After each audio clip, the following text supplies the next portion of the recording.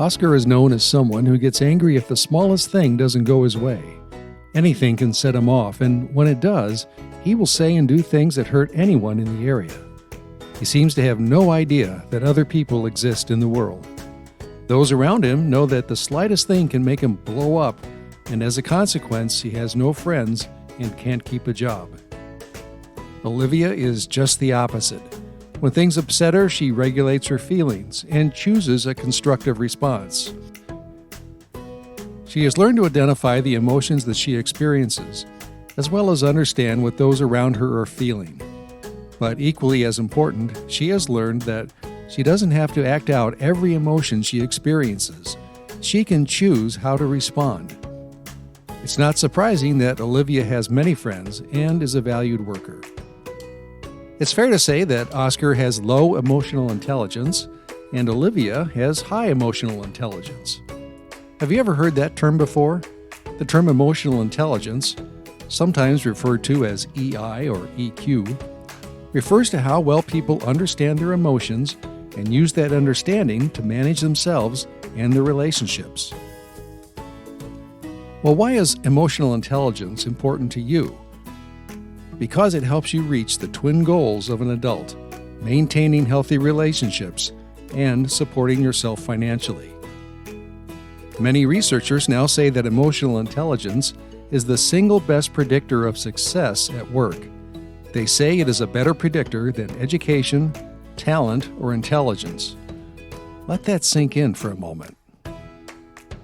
Studies by Drs. Travis Bradbury and Jean Greaves found that 90% of high performers at work were also high in emotional intelligence. The opposite was also true. Just 20% of low performers had high emotional intelligence. They also discovered that the higher the emotional intelligence, the more people earn each year.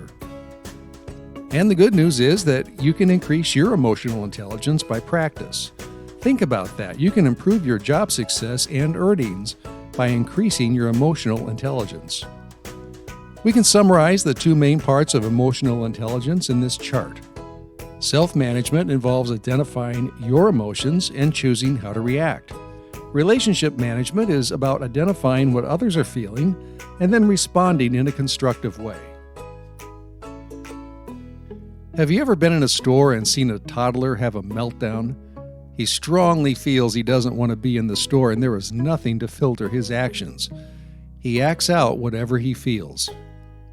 Now imagine that same person, 15 years later, is in a store with someone else, and suddenly he has a strong feeling that he doesn't want to be there.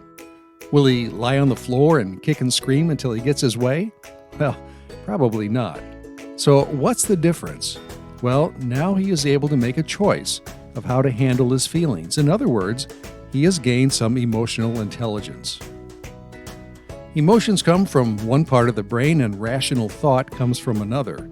It's the rational part of the brain that allows us to determine what to do with the emotions we feel.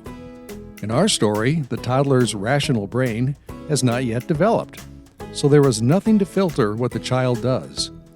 By contrast, the teen's rational section of the brain has matured to the point where he can decide what he wants to do with his feelings of not wanting to be in the store.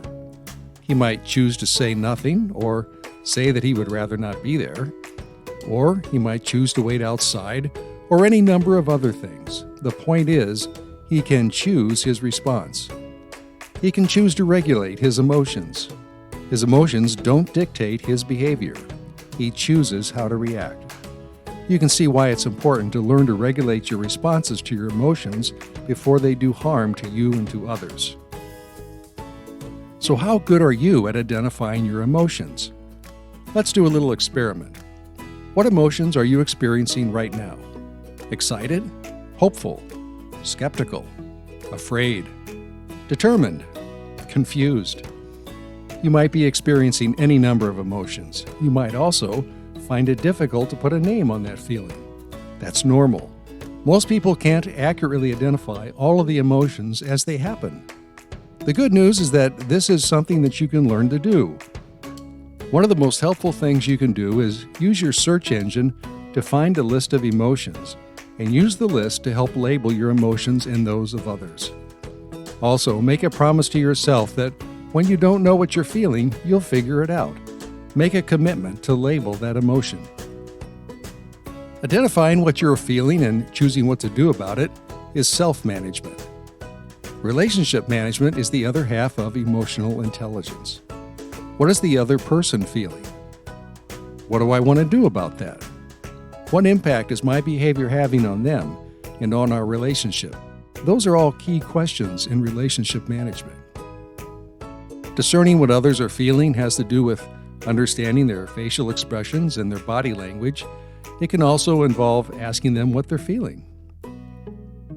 One of the key journeys to adulthood is the journey from being self-centered to being other-centered. The toddler having the meltdown is completely self-centered. He doesn't have the capacity to care how his behavior is affecting others.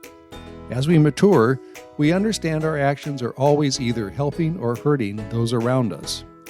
As you grow in self-management and relationship management, you become a person who can regulate your behavior for the good of others.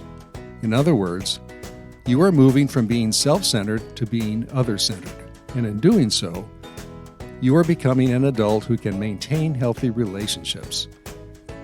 And since people with high emotional intelligence tend to be high performers at work, it moves you toward your other goal of being able to support yourself. To find the other videos in this channel, just click the compass. To be notified when new videos are added to the channel, click the subscribe button and then click the bell icon.